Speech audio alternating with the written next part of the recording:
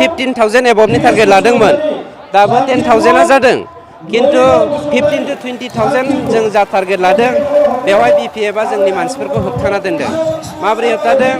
नन बर' गामि गामि थांनानै बिथांमोना होनैदों जुदिहे दिनै UPPLनि जानो गोनां जथुम्मायाव बाहागो लायोब्ला नोंथांमोना इयुनावहाय गाज्रि जानो हागौ गतिके नोंसोर थांनो मोना आरो नोंथांमोना थाङालासिनो थानानै जोंनि बेवहाय जे पार्टि बानायदों अमा बेदर पार्टि मैसो बेदर पार्टि बोरमा बेदर दाउ खासि बेफोराव बाहागो ला होननानै मानसिफोरखौ जर जबरदस्ति दिनै पार्टियाव इनभल्भ खालामना दोनदों आरो गोबां जायगायाव ओरैजाय लाइमोनथि प्राइमारिनिफ्राय फैनाय लामायावबो बिथांमोननि सासे कन्ट्रेक्टरा जोंनि गारिखौ फैनो हायै बायदि हा जमा जमा लुंगा लुंगि लामायाव दोनथेना होनानै फैहोनो हायाखै जायनि जाहोनाव सुबुं गमाया एसे खम जादों अब्लाबो जोंहा फोथायनाय दं माखासे थाबायबोगासिनो दङ 12,000नि बारा जागोन जोंहा फोथायनाय दं दाबो 10,000 प्लास जाखाबाय इलेक्सन डिक्लेरेशननि उनाव मानसिफ्रा गोरबोआव जा मोनसे सोलायनाय लुबैदोंमोन किन्तु बिथांमोना गिनाय फैदोंमोन BPFखौ किन्तु दा ओंखारबोगासिनो दङ आं सानो नैबे सप्तासेनि गेजेराव प्राय 2,000टा फेमिलि BPFनिया जोंनाव जइन जानो थांगासिनो दं आरो जइन जाखालिया नोंथांमोननि मिडियाखौनो लाबोनानै फोरमान होगोन BPFजों दिनै रायजो गैला होननानै बिथांमोना राहा गैला नाम्बार 1 पइन्टआ जादों देग्लाय जेनोब्ला BPFआ जेनबाय माने बिसोर सरकार दानो हाला सरकार दानो हायाब्ला थांनाय 17 बोसोरनि जेसेबां जाख्ल'दों बे जाख्ल'नायनि थाखाय बिसोर खाजा खासिगोन आं नोंथांमोननो लिरना होनो हायो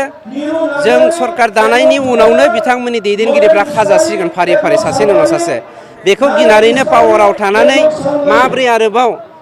थाखा फैसाजों माने गाथेनानै दोननो हायो गावखौ बासायनो हायो बेनि थाखायनो बिथांमोना बे खामानिखौ मावदों 10निफ्राय 12,000 भटआव बियो जेनगोन बे 100% रोखा माने देग्लायनि 2020नि काउन्सिल बिसायख'थिया जोंनि BTRनि थाखाय बयनिख्रुइ सान्थि गायसननायनि मोनसे बिसायख'थि जायनि जाहोनाव पापि अहंकारि धुरन्धर अन्यायजों लामा हान्थिग्रा बै दैदेनगिरिफोरनि पार्टि जाय पार्टिखौ जोङो नांगोल होननानै बुङो बे नांगोल पार्टिया देग्लाय जोबस्रांगोनखाय जोङो गोदान गोसोजों सोलायनाय लाबोनायनि थांखिजों नांगोलखौ जाबनानै जोङो बेलागुर सावनानै देग्लाय जोङो फिथा लारु जानानै गोदानखौ बरायगोन सान्थिखौ बरायगोन बेनिफ्राय मा होनो जौगानायखौ गायसननाय आरो खौसेथिनि जिन्जिरखौ बरायनायनि थाखाय जों बरायगोन बर' भटआनो BPFनिफ्राय 4,243 हाबबाय जोंनाव 4,243टा भटार जोंनाव जइन जादों आरो बिथांनि न'खराव जुदि सानै गरिबाबो लायो जोंनियाव फ्राय 9,000 जन मानसि हाबखाबाय BPFनियानो आङो नन बर'खौ लाबावाखै नन बर' दा लैहोर फैगासिनो दङ बेनिखायनो जों बुंनो दिनैनि दिनाव माने 10,000निफ्राय 12,000 भटआव जों बारा लानानै देरहाखागोन बे 100% सियर खोन्थाया ओरैबायदि इडुकेसनावल' नङा बिथाङा इडुकेसननिबो EMमोन फरेस्ट एन्ड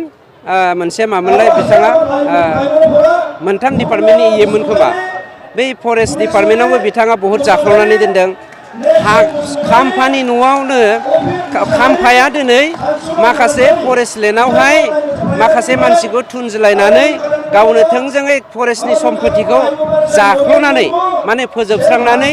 जानायनि माखासे जोंनाव फोरमान दङ बिथाङा जुदियो फरेस्ट EM गतिके अकल जोंनि इडुकेसनाव नङा गासैबो बिथिङाव जोंहा गोग्लैसोनानै दङ नंखायनो फैगौ सरकार दानायनि उनाव जोङो इडुकेसनजों लोगोसे जोङो एग्रिकालसार होन सेरिकालसार होन ओमफ्राय हाग्रा बिफान होन गासैबो बिफानाव जोङो पेरेलेलि जौगानायखौ लाबोगोन आरो 5 बोसोरनि गेजेराव 17 बोसोराव जा खोमाना लानांनाय बेखौ जोङो बुरखांफिननानै जौगाहोनायनि थाखाय हाबा मावगोन।